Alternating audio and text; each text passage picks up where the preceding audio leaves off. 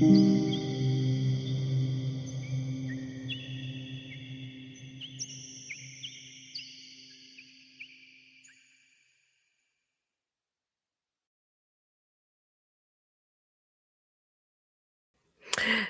evening, everybody. Blessings. I hope everybody's keeping warm because I know it's supposed to be really frigid weather, at least here in the Midwest and the East Coast. So, hope you're sitting by the fireplace and tuning in. Now, tonight we have a guest. I just got done reading his book, and I tell you what, this book here is fantastic. I love it, every bit of it. It's really exciting. To bring him on now, his name is Christian Brunner. So let's welcome him on. Hi, Christian. How are you? Good evening. Good evening. Yeah, trying to stay warm here in Massachusetts. So Yeah, it's probably what, like 30? right now, yeah, but it Yeah. I hear it's going to drop quite a bit. Oh yeah. It's like 19, no, 18 now, but it's supposed to be like 10. So yeah. And all weekend is supposed to be below zero. So Yes. yes, we're waiting for the cold air. It's not the first time though. We live in the Midwest, so Yeah. sometimes I think the universe forgets we're not Antarctica, that we are that we are just the Midwest. So thank you for coming on. I really appreciate you coming on. And I just want to say your book here is great. Thank I you. loved it. Um with I think the thing I love about your book is the research you have done in the book. You have some cases and spells and all kinds of magic and the history. And it's I mean, I bet you did a lot of research on this book. Yes. How long did it take you for the research? I would say off and on, but 2 years, and that was the real targeted research. The book came about because I was at a Druid event and Mm. did a talk there. And somehow, I don't know, remember the details, but in my talk I mentioned, but well, in my spare time, I read uh, witch trial court cases and spells therein. That was even before COVID when I said that. Oh wow. And then then I visited England, Glastonbury, and that was probably 2021 or 2020, but I don't remember exactly. But just the first time we could get out, um, I started traveling, and there was a big Druid event there, and I ran into some friends that I knew from the U.S. Druid community in a bookstore, and one of them showed me a book, the Book of English Magic, and it's a book about spells that were used in the medieval times in England. And she said to me, I remember you saying that you read witchcraft and witch trials and spells and that. So I said, yeah, I have that background, I have that knowledge. It just, I didn't know that we could write a book about it. And and then I went into that whole research thing and found a couple of very good books. Whenever I am over there and back in Austria, I visit places that are related to those witch trials and Mm. um, get more information and so forth. So um, there's some roaming the country research, and then there is the book research, and then there is every day writing at least a page so that you keep uh, going and not forget about it, and eventually came to life. Now, I know you had to probably translate a lot of the information. Um, and you did a pretty good job of it, I must Thank you. say. Um, so how was it for you to translate? Was because I know you said you was over there for like 30 years of your life in Austria. Mhm. Yeah. So was it pretty easy for you then? Um, well, German is easy for me because that's my native language. So an Austrian German, um, which is a little bit different than what you typically learn at school here in Mhm. the United States. Um, that was sort of the language itself was the simple part, the easier part. What was difficult is that these court records are written phonetically. There was no grammar back then when they were written in the 15th, 16th, and 17th centuries. Mhm. Um, Grammar came in the 19th century, the German grammar. And so the court records were written so like the scribe heard it. Um, and uh, when you read that with the brain of someone who went to school learning German and with the native language and the grammar behind it, it's sometimes awful to be honest. Um, Not only because it's very old German and a very sometimes very old expressions that we don't use anymore, and the phonetic writing. Mhm. Austria, it's like every valley has its own dialect, and it's not that bad, but they're very small regions, and people have lived there for centuries, um, families, and uh, they're very strong dialects. And so, when you imagine court record keepers writing phonetically, people who talk in very strong dialects, Mhm. imagine Scottish English phonetically written. Sometimes it's difficult. And so instead of reading it like you read a book and comprehend what's in there, I had to do a lot of reading out loud Mhm. and trying to understand like what were they saying, uh, and and of course knowing where the court was, I kind of understood what the dialect is there, and I had to lay over what I read out loud. I don't know. I hope and I don't think anyone heard me ever sitting in my office here, like saying kind of strange things. Time when you read the spells out loud in a language that um, or in a version of a language that doesn't exist anymore. Mm. But it was fun too. I mean, like Yeah, there was a lot of spells in the book, and some of the spells, I'm like, I can't believe how people cast like bait for magic against each other mhm, for anything, to oh gosh.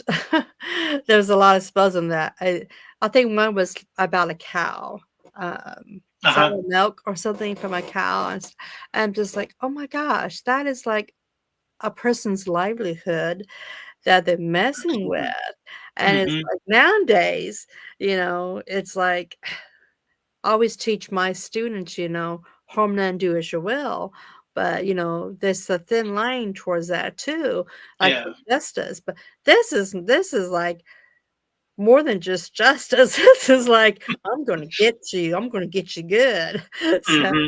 how did you come across with those spells? Was this more research, or was it something that you had knowledge of beforehand? No, that came. So the spells themselves um, came from a textbook that was used in Mm, a university. That particular one in Leipzig in the 1920s.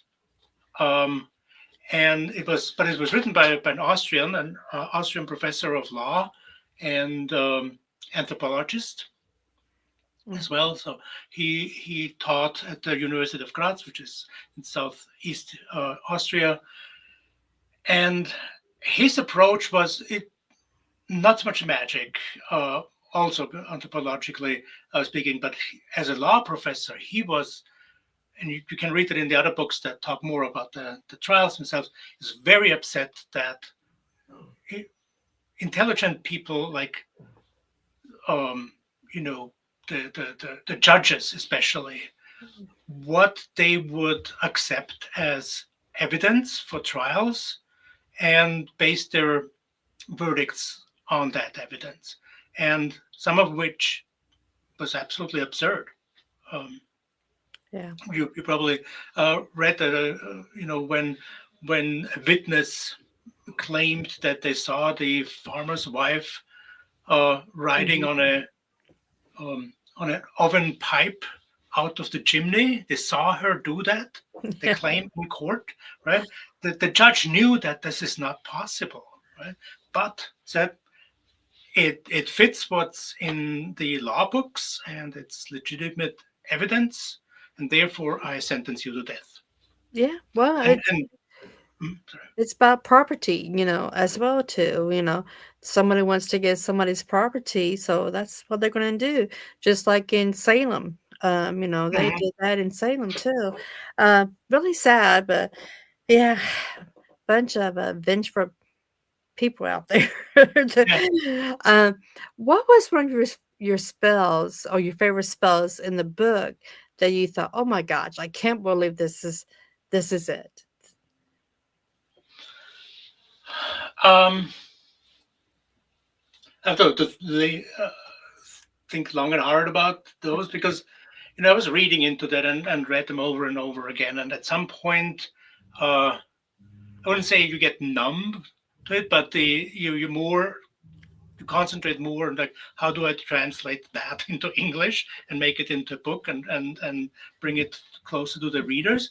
Um, but there's some pretty harsh curses in there, um, Mhm. that but that's also the fascinating part.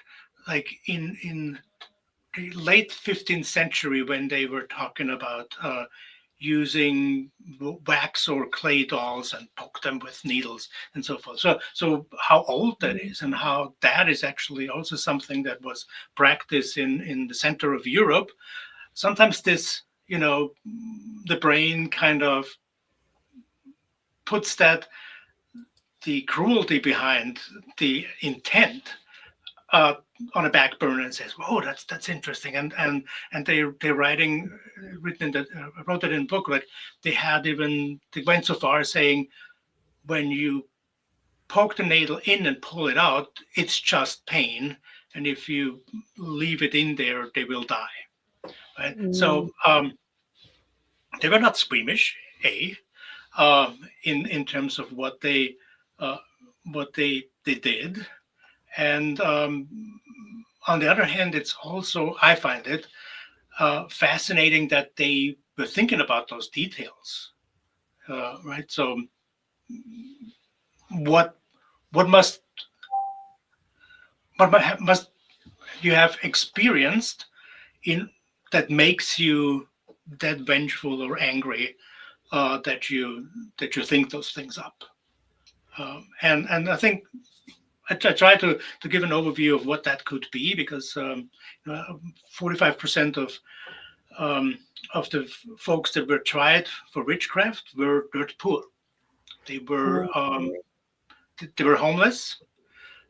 They were going from farm to farm begging, and it at some point, because of the 30 Years' War and previously the 100-Year War and the plague,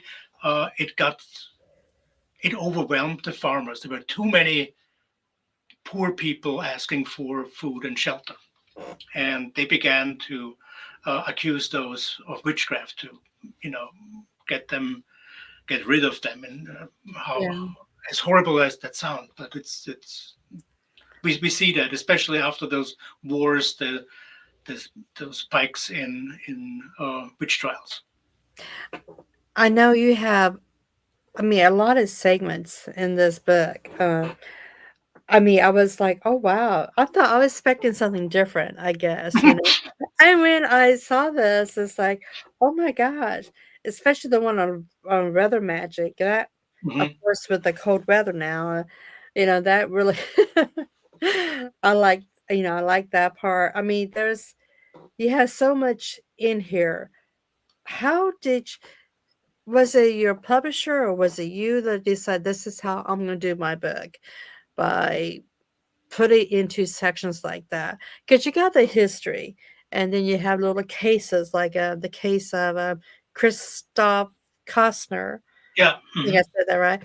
And then you got your spells, and then you got from brother magic and herbs and everything. So Mhm. did you set that up the way you wanted, or was this something that your publish goes, I want you to do this book like this? Mhm. Yeah, so when I started writing it, I followed basically the order that was in the university textbook, which was trial by trial, or with Mhm, a timeline. So Gustav Kostner's case was there as a whole, and all the spells that he admitted to in his trial were in like over were in one, right? mhm, And I submitted the manuscript like that, and then we discussed a lot, like what we wanted to make it sort of we wanted to build a structure in the textbook that doesn't really follow that timeline and mhm, necessarily the trials, but more the type of magic, and that's so it's the type of magic like healing and weather magic and livestock magic and curses and then like day-to-day magic. But within these chapters, it is there's a time sequence. So it starts with the earliest one in that chapter and then goes uh, um, towards the beginning of the 19th century, which I found out also interesting because you can see how the the spells change, mhm. right? Yes. Uh, they start sometimes very simple, and then get as time goes on, and they go into the 18th century, they get a little more complicated. Um, but that's just that's just an interesting pattern that I found in there. When you do your books, because you have other books as well, Hmm. um, that is on my list. Once you read one book of a author, you want more of Hmm. him or her. Um, so do you ever challenge yourself when you write a books? Like, do you set challenges high when you start to write a book? Um, I tend to think yes. I hope I achieve that. What I so I'm working with Llewellyn right now on a book. We are basically in the production phase, so the cover is done and the manuscript is now in the lecturate, so they for grammar and making sure that we don't repeat ourselves and Mhm. such. Because I'm writing that with two other Austrians.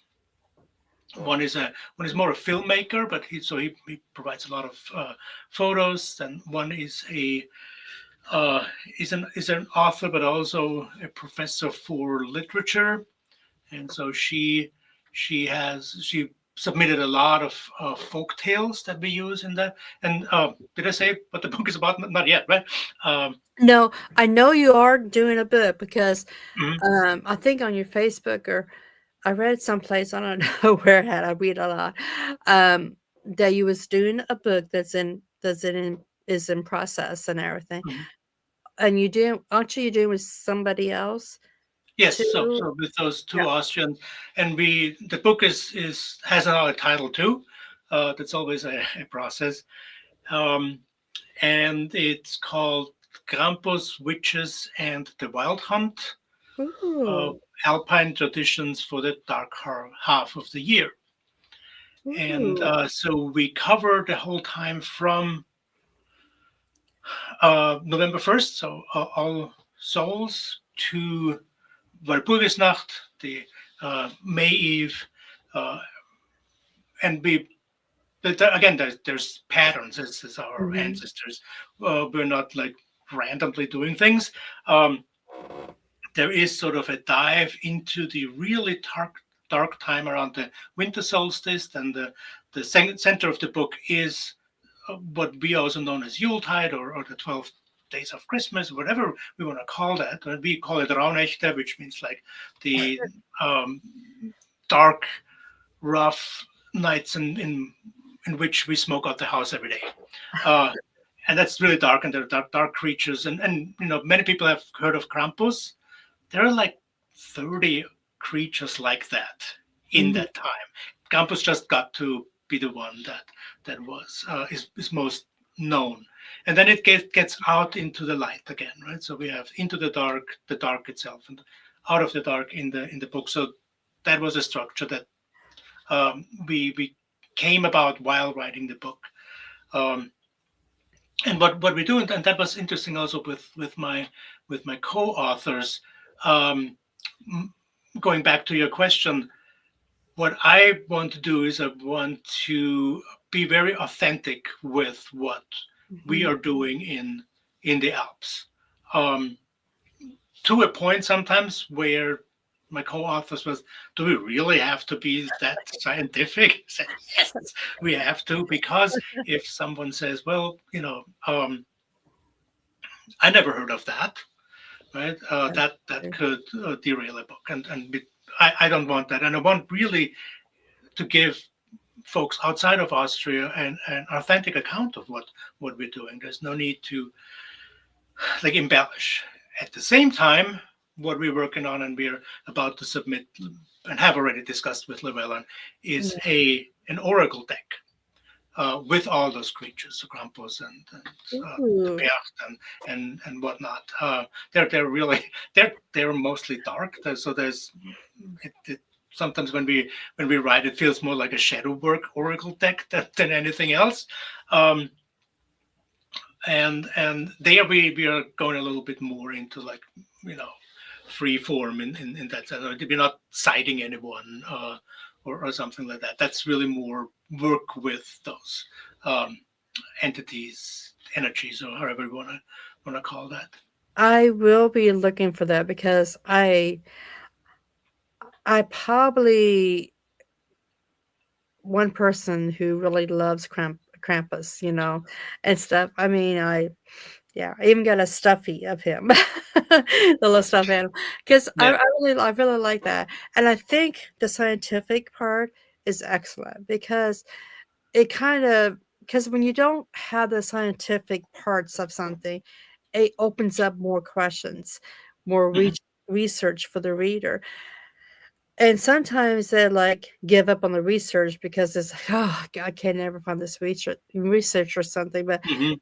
if you have it already in a book, then they know and they appreciate that. So, Yeah. I think you're going in the right path when you said the scientific part. That is awesome. Now how would you consider your book? Because I mean, there's a lot of new witches out there. Would you say this would be a book for someone that's more advanced, immediate, Yes. and not really a beginners? Hmm. Yeah. For several reasons. One is like as we discussed it, the spells themselves, some of them very very simple. That's one of the simplest one is the thing where you squat next to a puddle and hit it with sticks and chant rain rain rain. So anyone can do that. But then there are some that are a little bit more sophisticated. Um, what what is unfortunate with court records that were or originated in that time frame is that they were not interested in also from an anthropological point of view. They just wanted to you know uh, get a verdict for that person. So the witness and the the accused themselves, they would say the describe the spell, for example, but didn't say what wording they used. Right. Or vice versa, they would say, there are some spells that are word by word, but they wouldn't necessarily say, oh, I drew three circles and lit a candle and did this and that ritual to protect myself or something like that. So that's left out. The court wasn't interested in that. So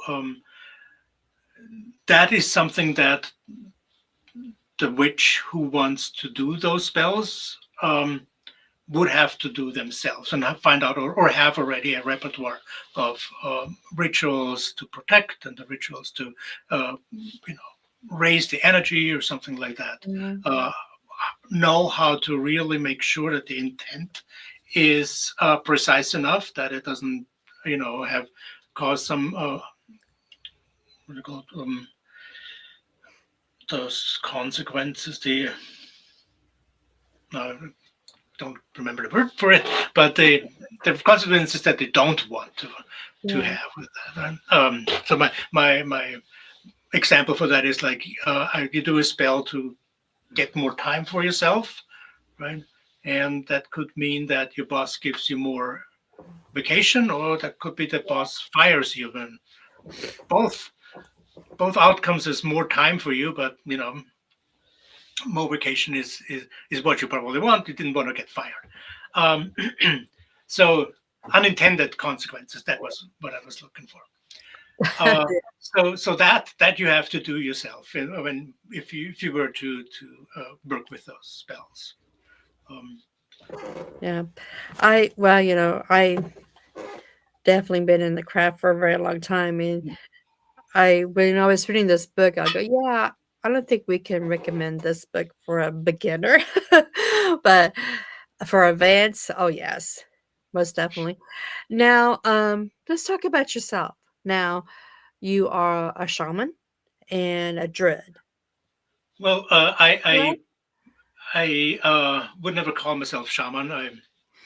I learned shamanic practice, including but not limited with actual shamans from Tuva in Siberia.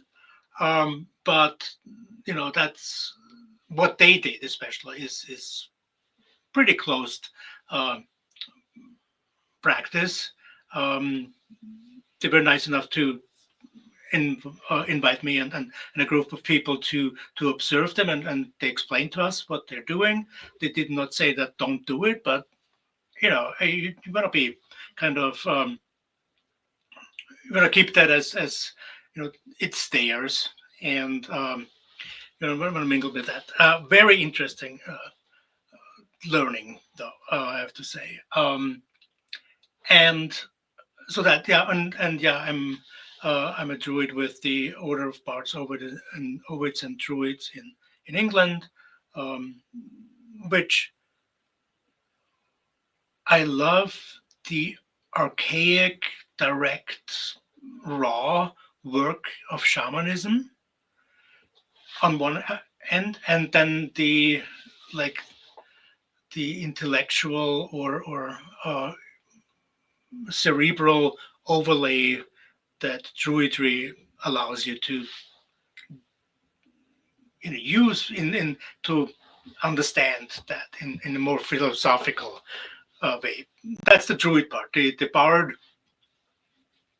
parts are they produce art mostly. That's with you work with the elements and you do um, certain things that uh, everybody on a spiritual path does. But it is to put out some kind of art, and my books are that, right? And the ovate part is that way you um, learn the healing, herbal remedies, how to make them, astrology, and you choose then divination and so forth. So that's sort of the hands-on thing, and then the the druid is the navel gazer. In one respect, the other one is you provide some service to your community. That's sort of the role, and that was the original ancient role of the druid. They were to service their community. They had the intellectual capacities to do so. To be the judges, to be the teachers, the artists, the counselors to the chieftains, all the way from the clan to the kings and queens. So that's sort of my path, and shamanic churning is part of what they did. We know, for example, that in Ireland they wrapped a druid into the skin of a white bull, and that person had to be there deprived of food, water, light, any sensory, and dream journey up the next monarch. Right? So when one died, that's how they, or in some instances did so. So that's going back to like really hardcore shamanic practices. Now, have you done any workshops? So where can somebody find you this summer or this year? Any Mhm. events coming up that you are going to go to? Um, yeah, so I'm doing no, I should know those things. That um, WitchCon, I believe it's called. So I'm going to talk about Alpine witchery there.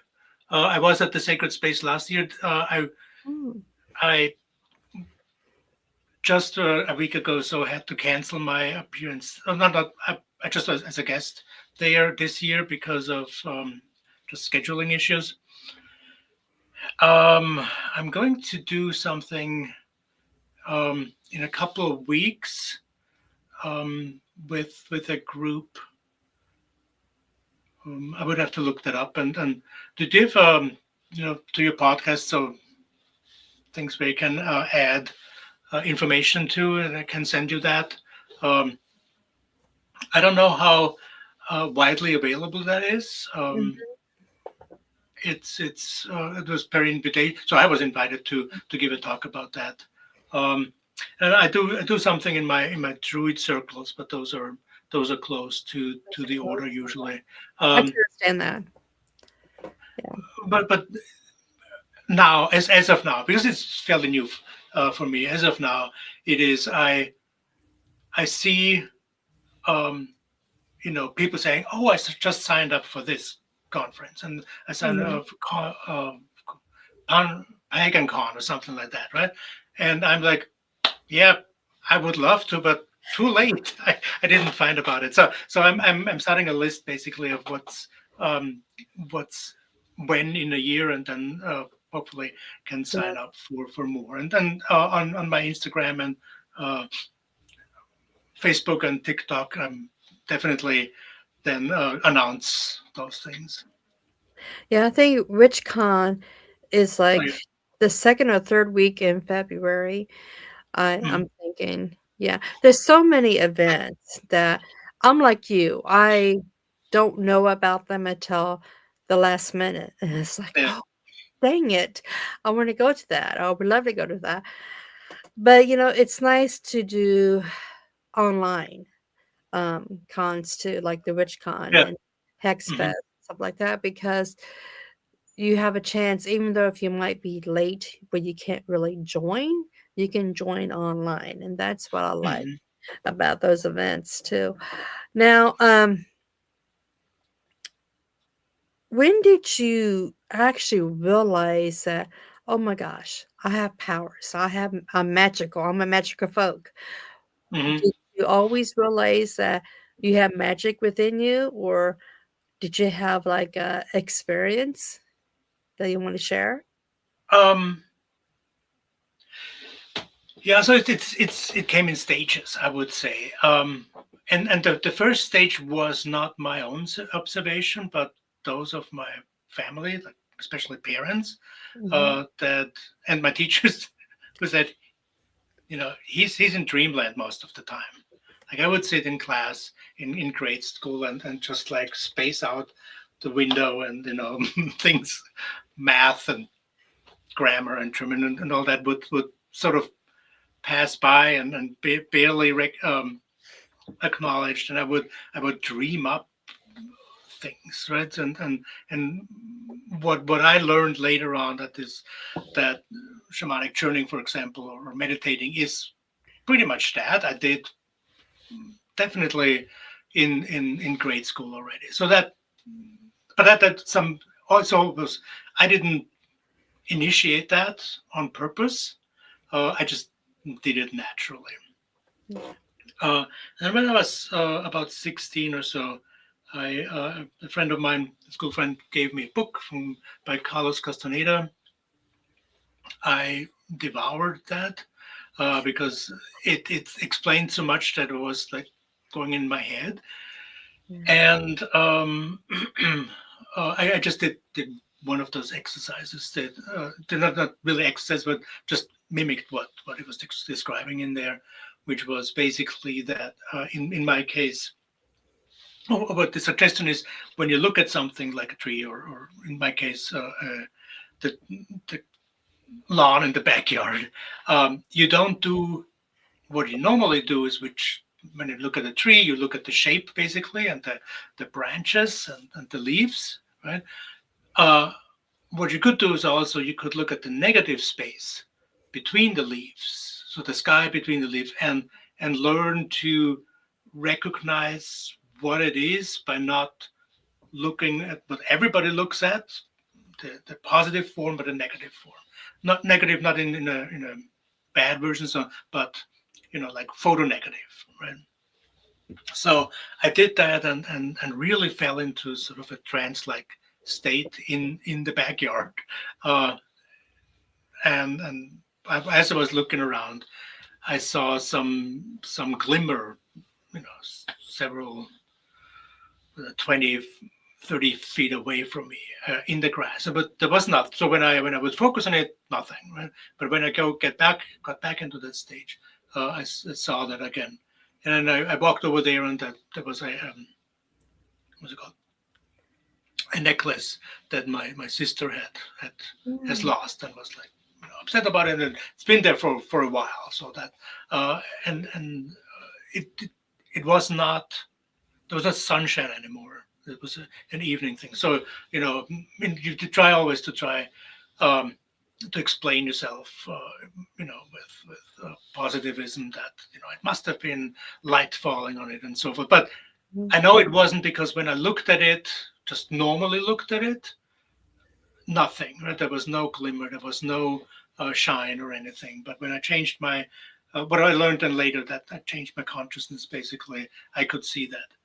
And then when I still lived in Austria, I worked with some people, and one day I had a work colleague come to me because she had a motorcycle accident and back pain or shoulder pain ever since. And so I did my shamanic work, which was an extraction. So I pulled out something out of there, and when you do that, before you do that, you go in on a journey and get sort of, first of all, you see what you have to extract, and then you learn also how to get rid of it, and then how to um, close the wound. Right? It's all in non-ordinary reality. It's not in our agreed upon reality. So I did all that, and my instruction to close the wound was to take a piece of amber, the crystal kind of, Mm. uh, and quote unquote melt it in my hand, like wax, and let it drop on those wounds on her back, Mhm. which also were not physically there, right? So I did that, and so and felt when I was done. Tell her it's good. We're done here. How do you feel? And so forth. And she gets up, asks me kind of in a crossway, where's the bathroom? And I tell her, and I was like, she was clearly upset, and I didn't know why at all. And she came back and said, "Oh, I'm so glad. I'm sorry. I'm so glad you didn't ruin my dress." And I said, "What? Why would I? Why did you think I would have ruined your dress?" And she said that she had this extreme burning sensation on her skin, where Mm. where I dropped those non in reality existing amber drops, and thought I basically put something very hot on it and burned her dress. Right, so it was clearly a very um, an actual sensation on that she felt, so much so that she kind of got upset because she thought I burned her dress, and it was all not in the ordinary reality. It was all happened in the non-ordinary reality. So, these things get you thinking. Um, Yes, I, too. if anything, I overthink and over explain and over doubt myself. But things like that are helpful when you have to I say. do too. I do too. My next book that I'm going to read of yours is Mountain Magic with Mhm. Celtic shamanism in the, let me see, what is it? Australian, In Austrian Alps, well, yeah. Australian Alps. Yes, I'm. Hopefully that'll be coming. Um, if the Amazon can get through the coldness that we have in here. Ah, yeah. So, but I'm really excited to read that because after reading the Alpine retreat book, which, Mhm. like I said, I love, I feel like I got to read his other book too, um, because I'm really excited to learn. I think because my grandfather was born in Germany, but Mhm. he also spent some of his time in Switzerland too, Uh-huh. and he always talked about the Alps. And unfortunately, he didn't make it to take me there because he always wanted to take me there. Mhm. So always, I feel like Heidi in a way, want to go for the Alps and everything. And Mhm. so maybe that's probably one reason I'm so drawn to your books too, and because they're very different than the books I have read before. I like how you have the layout in Uh-huh. your book. And so I have to give you feedback on Mountain Magic when I get that and when I read Please. it. Yeah. And let you know what I think about that. So I'm really excited about it. Mhm. And I'm also excited about your new book that is coming out or will be coming out that you're writing now. And tell your co-authors leave the scientific stuff in there. It's Yeah, yeah. working for you. It's actually working for you. It's great. Now, with the traditions that you probably have grown up with living in the Alps, have you do you still study those traditions or bring it into your lifestyle when you do rituals or anything? Um, y- yeah, definitely. So when we talk about rituals, and when Yeah, please do. the hmm? What was it? Yes, please do. Yeah. So in my Druid group, we have here which we call groves, Mhm. um, and we have one here in Massachusetts, the Mystic River Grove, and I love writing rituals, and so what we do is because they're a little bit more elaborate, and you it's always change of people and so forth. So we do have a script, ritual script that we follow and so forth. But I or whoever is charged with creating that ritual, um, they write it, but there's sort of a certain order and so forth, so that it stays within the Druid um, realm. And but I always do something extra.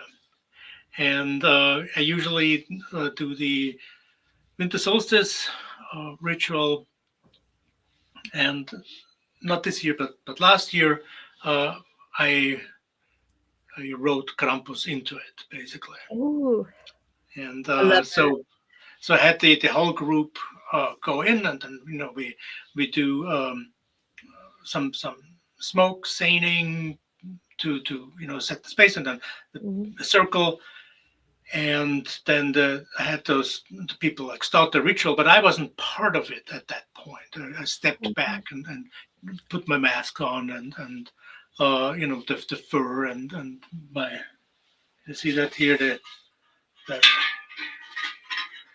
here, Oh, wow. cowbell, and so forth on, and so but nobody knew, right? They knew that I wasn't there, but we have done the rituals often enough so that everybody knows who has a role, knows what to do. And so at some point in the ritual, I wrote myself into it such that I would come in, right? And so it's at night, it's outside, in the forest, and you know the person who was announcing me um, said the thing, and that was my cue, and I basically ran from the darkness, uh, Oh, loud, and with those bells and so forth, into the circle, stormed into.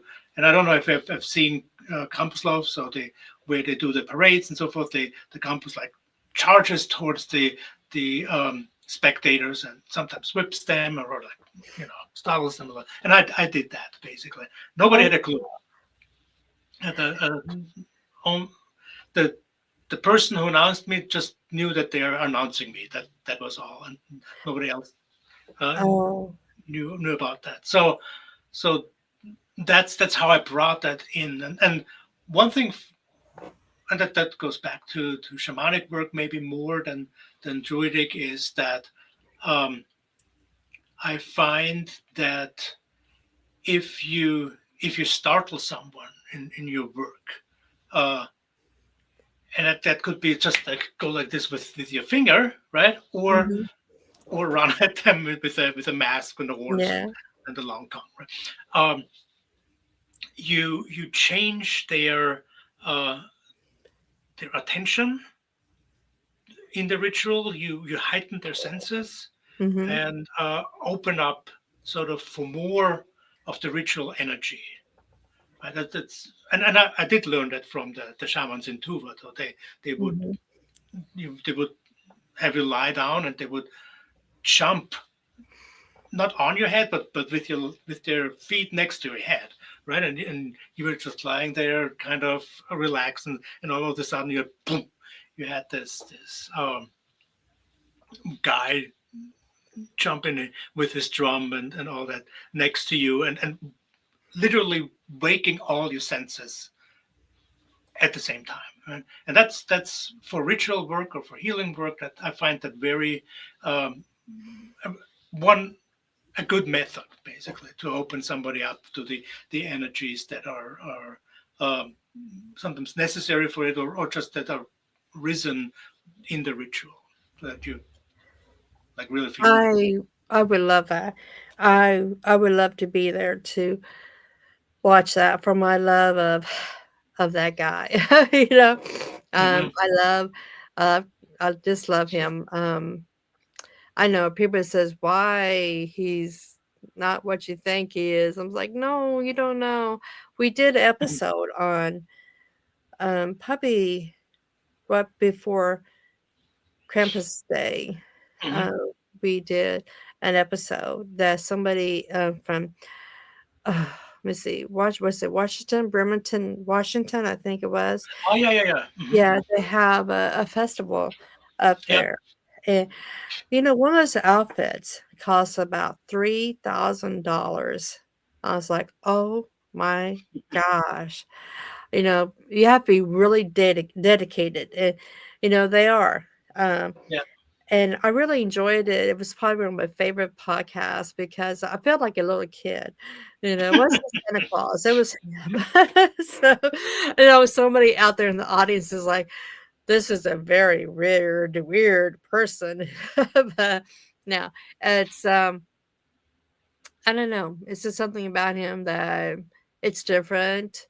Um, it's about being good. Like, Hmm. okay, you gotta be good or he's gonna get me.